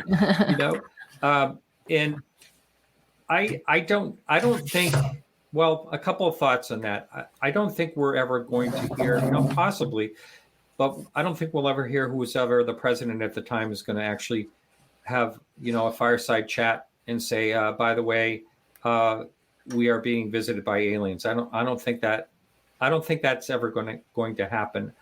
I think the evidence would have to be so compelling that it's just going to, perpetuate. In other words, like a Phoenix Lights type sighting, but, maybe nationwide or something like that. When it's undeniable, I think that's the only way there'll be full acceptance. I don't know if you want to call that disclosure, because I don't really know if the government really knows that much more than we do.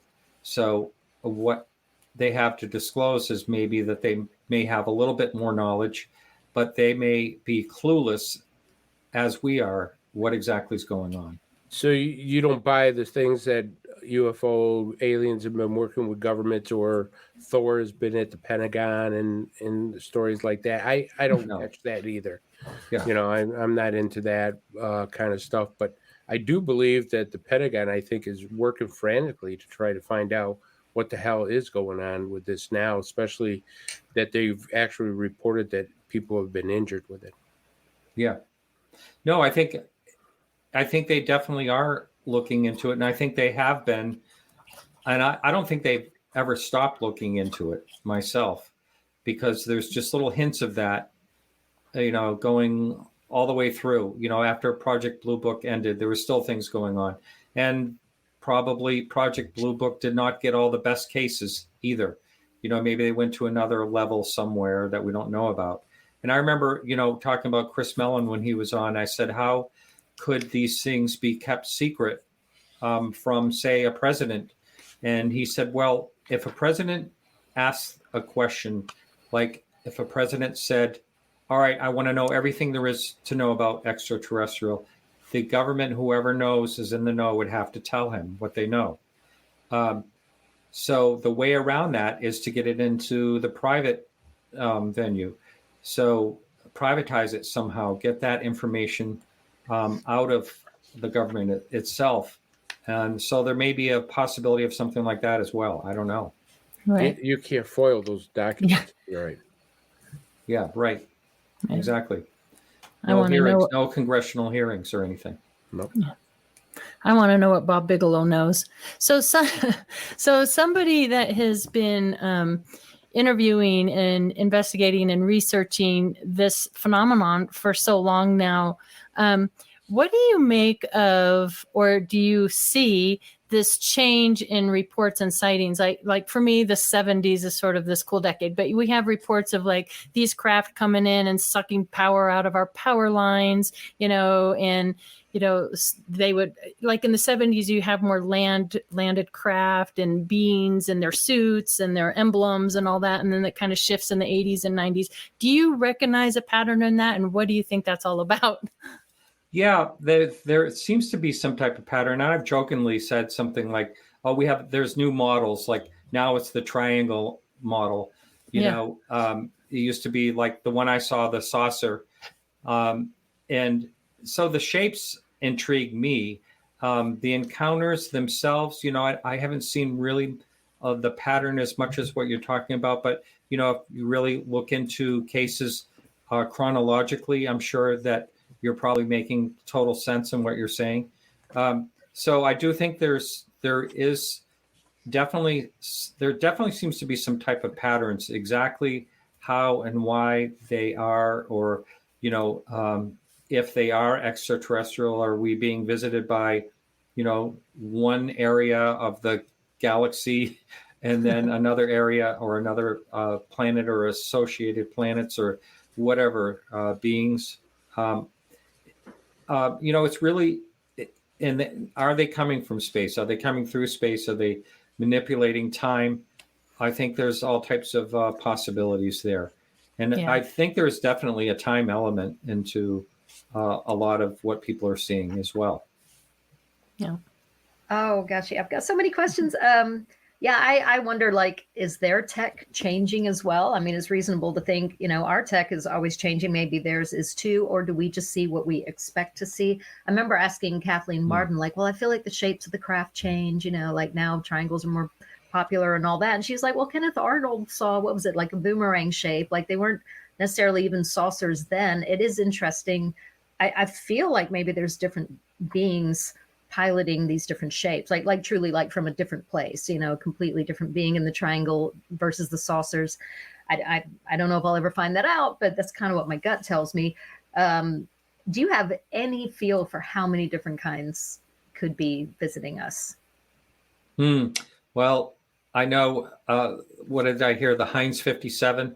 Yeah. It was the number 57 going out there.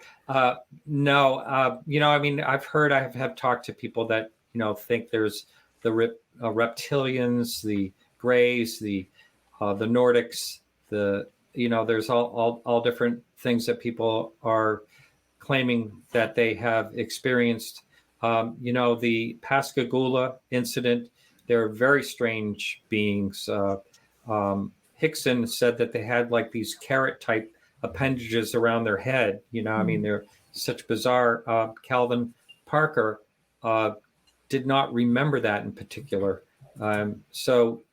Like you said, or one of you said earlier, maybe two different people side by side see different things, which is another bizarre aspect.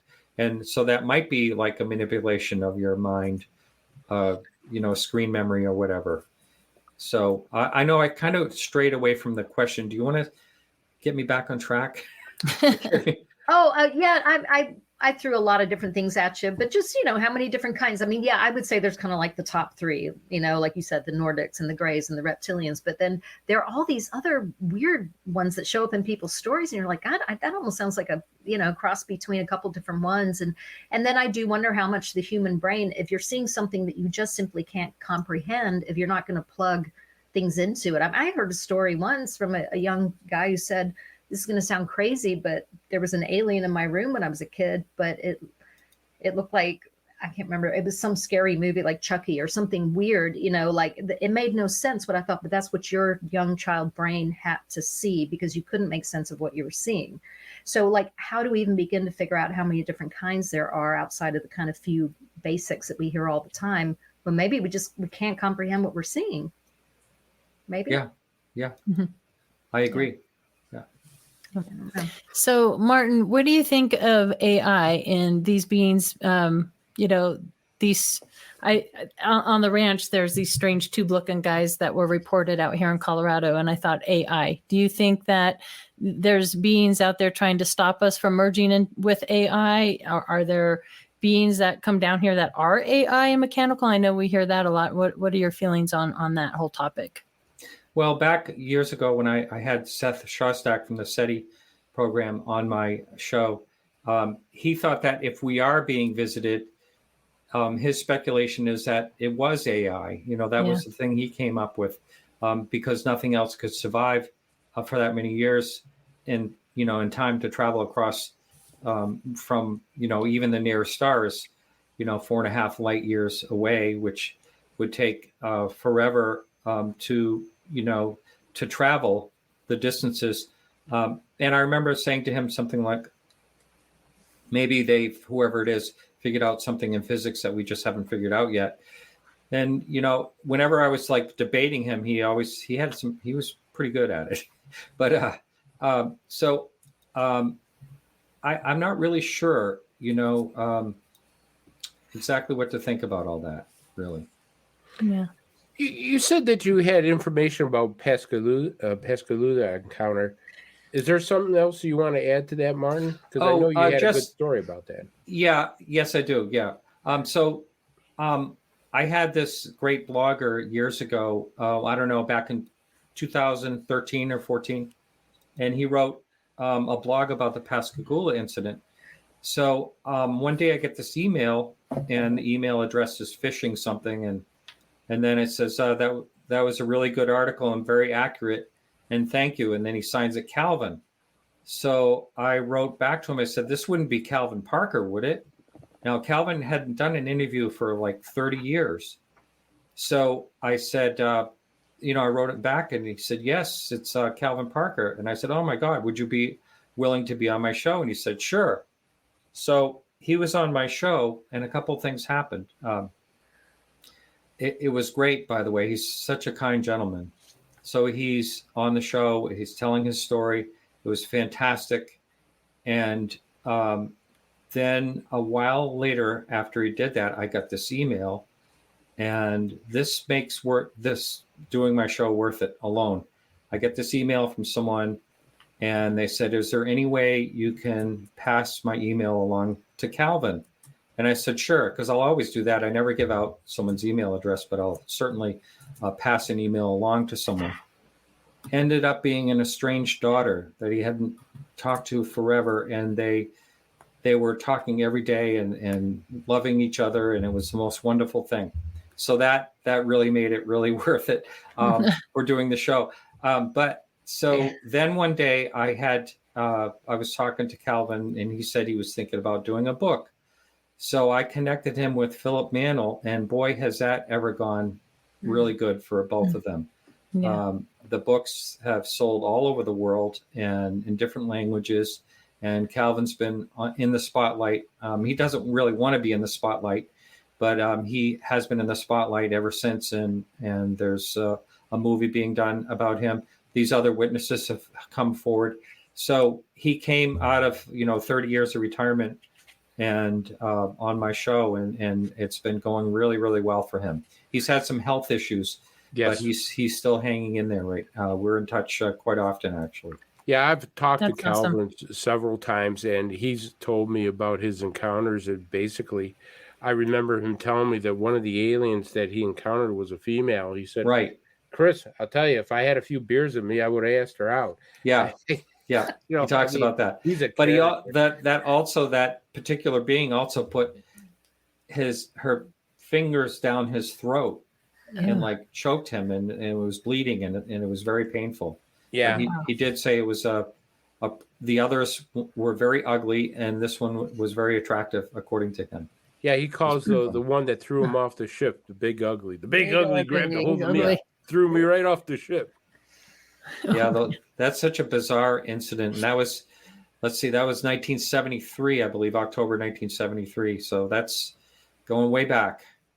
Amazing. How many years ago? And yeah, a great case. I think that one is one of the big ones myself. Yeah, absolutely. So this time you've been doing the podcast and everything, have you ever had anybody approach you to tell you not to talk about anything or kind of push you to talk about certain things? You know, MUFON kind of gets that rap sometimes where, you know, we're kind of being influenced to give out disinformation or whatever. Have you ever had that happen to you personally? I haven't, no, but I have had people on that have been told that type of thing, you know, not to keep quiet about it, you know. Interesting. Yeah. But I've never had anyone. No, I've had weird things happen. Like the very first time I had Lou Elizondo, I had the weirdest thing happen. I have a studio all set up. I had at that time a real professional system, and I went to have him on live, and nothing worked, nothing. And so I finally, he had this schedule. Everything melted down. So it's just a bizarre thing. And people were joking, saying, "Oh yeah, that's the government. They're shutting it down." But no, I don't think, that was just jokingly. I don't think there's ever been any type of threat. But I did have someone on quite a while ago who's since passed away. I'm trying to remember who it is, but they had a situation where they were threatened at one time. Oh, wow. Wow. So, yeah. And just to be clear, like MUFON, I've been MUFON for since 2012. I've never had anybody tell me to say or do anything. So that's not true. Have you ever had, Amanda wanted to ask this, our co-producer, have you ever had a guest on that hasn't believed or did not believe? And how did you handle that? What do you mean not believe them? Like believe in the phenomenon, believe in UFOs or anything like that? Oh, I like to interview skeptics. I've had a number of skeptics on. Yes. Awesome. Michael Shermer, my friend got Michael Shermer on. And I've had Seth Shostak, as I mentioned. I've had him on a couple of times, and I've had a few other skeptics. I do like having them. Cool. Have you ever had somebody on that you thought, I'm not buying this?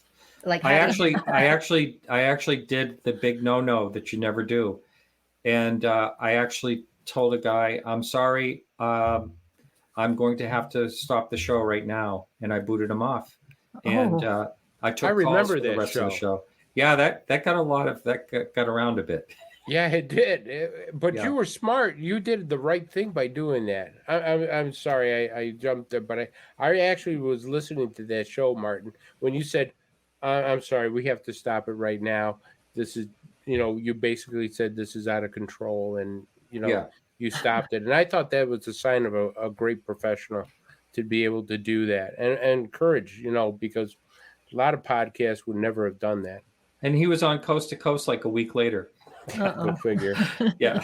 Well, and let's face it, there are some people that will perpetuate a hoax and just look for attention. I find almost all of the time, though, these people are not seeking the spotlight. They're usually pretty traumatized by their experience, and they have to talk about it. They feel compelled to talk about it, sometimes very much to their own detriment.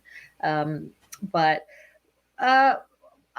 switch gears a little bit and talk a little bit about consciousness, because so many people, when they have contact of any kind, I mean, their whole life is going to be different, and they end up really going to a much deeper level. And I'm just wondering how much you've experienced that with people that you've spoken to over the years. I've tried to understand that more. I've talked to a number of people that kind of dive into the consciousness part of this. And no matter how much I try to get it totally explained to me, by someone that basically wrote a book on it. I don't really get that aspect of it, and I don't really follow that part of it. And I know I hear people talk about it all the time. I just don't quite understand what they mean by that, because it seems to have more than one meaning. So if you can define a particular meaning of that, maybe I can follow up. Well, I think it can be kind of an existential crisis. I mean, it's like, oh my gosh, we're not alone. Everything that I've been told my whole life is not true. This reality is not what I thought it was.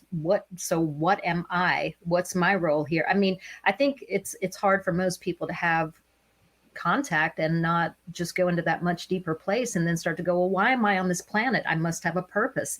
And I even wonder sometimes if ET, whatever ET is, isn't guiding that, if they want us to clean up the planet or be more compassionate, whatever. Maybe it's partly that we wake up because we're like, okay, what does this life mean? And maybe we're also being manipulated a tiny bit.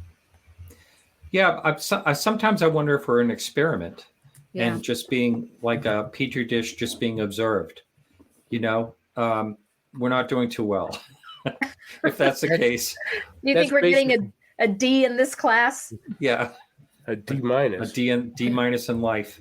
Yeah. But you can understand why somebody would all of a sudden their whole life would change. Just going to work and just doing simple everyday things. It's just not that simple anymore. You're looking at the world with a whole new set of glasses. I've said many times on my show that if I was actually being abducted, like if things were going on with me, what people claim, I could not function in society. I just wouldn't be able to.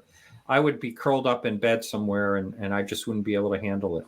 So I don't, I give those people kudos if they are actually out there and trying to solve what's going on and can function, because I don't know how anyone can function if that's really what's going on.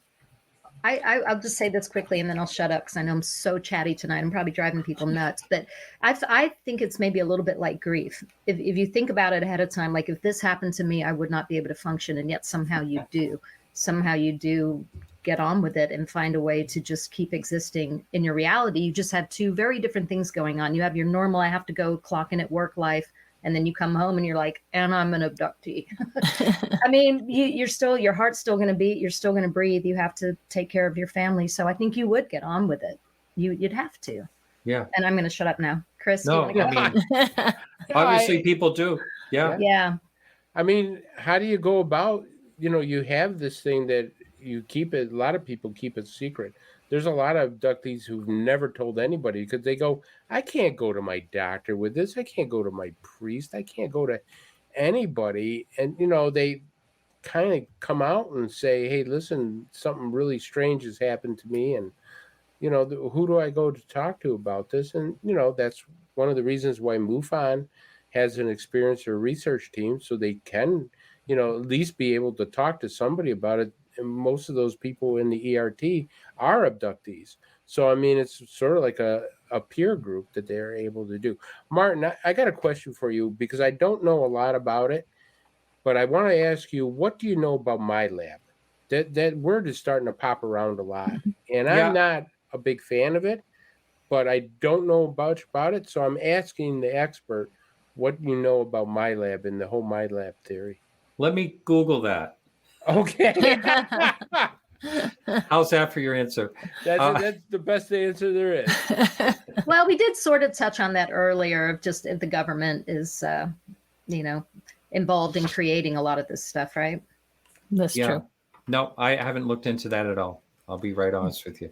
All right, well, let me throw you another one. The Nimitz and the Tic Tac. What do you think of the Nimitz and the Tic Tac?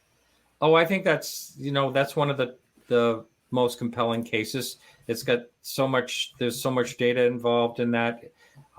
Besides the eyewitnesses, I think that is one of the top ones. I'm really glad that came out. It's such an interesting, thing that happened to them and so bizarre.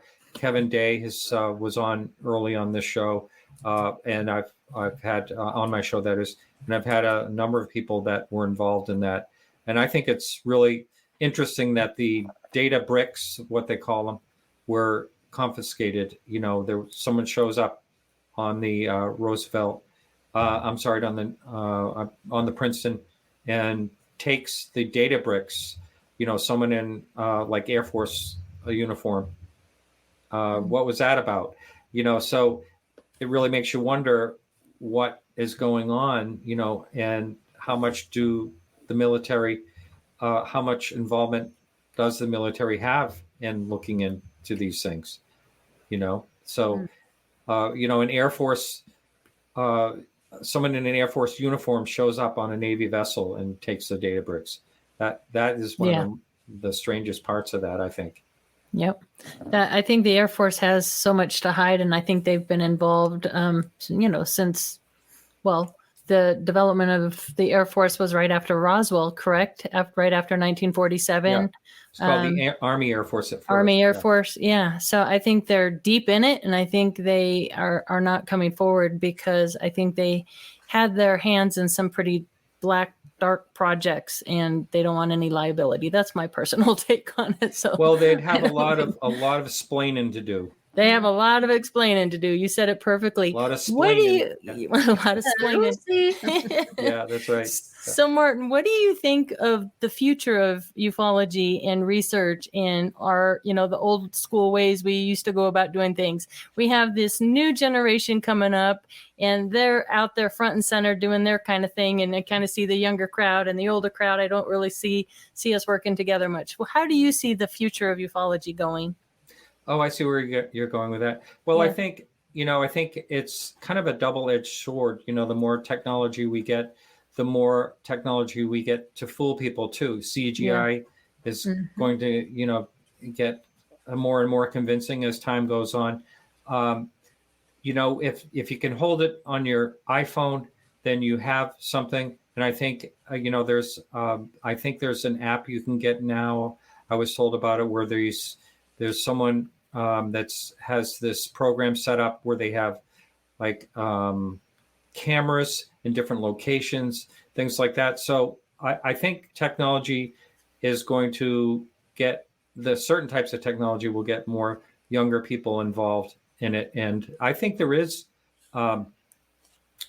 are some younger people that are, I was kind of along with what you're saying. I said something very similar to that when I had Michael Masters on, and he says, no, I disagree totally. There's a lot of young people that are getting involved in this ever since 2017. And so I looked into it, and, he's right. There are people starting podcasts and, that have interest in it and things like that. So I think it's a good thing. I think the more we can get people involved, generationally, the better off we are, and, to keep moving forward. And I also think the technology is getting better for us to find things, but I don't know if it's going to be whether we're going to be able to detect exactly what we're looking at. I don't know how long that will take.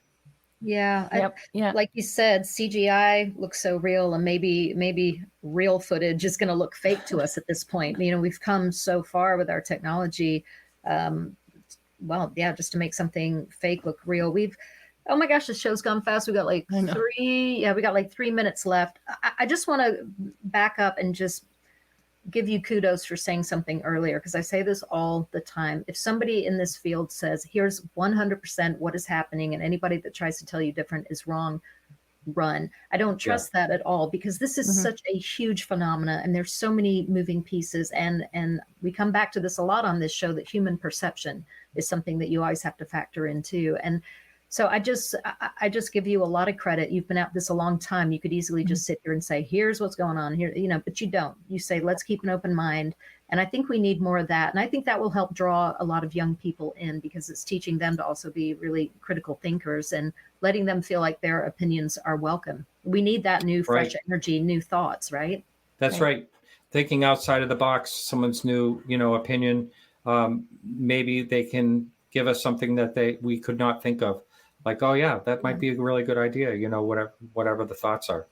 Yeah, because our opinions can it's like blinders after a while. You get so stuck on an idea. Yeah, and then you just can't even see a different possibility. And I still think the phenomenon has the right to change. I mean, even if we got all the answers tomorrow, a year from now, it could be like, oh, now we got this thrown in. Yeah.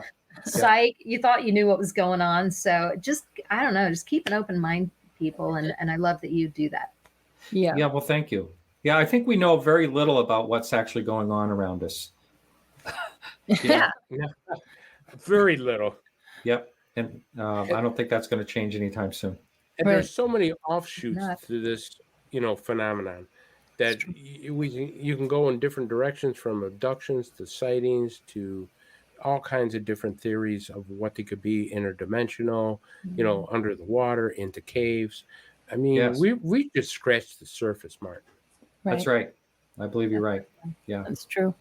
So, Martin, what do you have going on? Do you want to talk a little bit about, remind us about your podcast, your YouTube channel? Are you going to be at any events later this summer where anybody can hang out and see you? What do you got going on? Well, yes, I don't have any events. Well, I'm going to be at Pine Bush. That's coming up. Oh, awesome.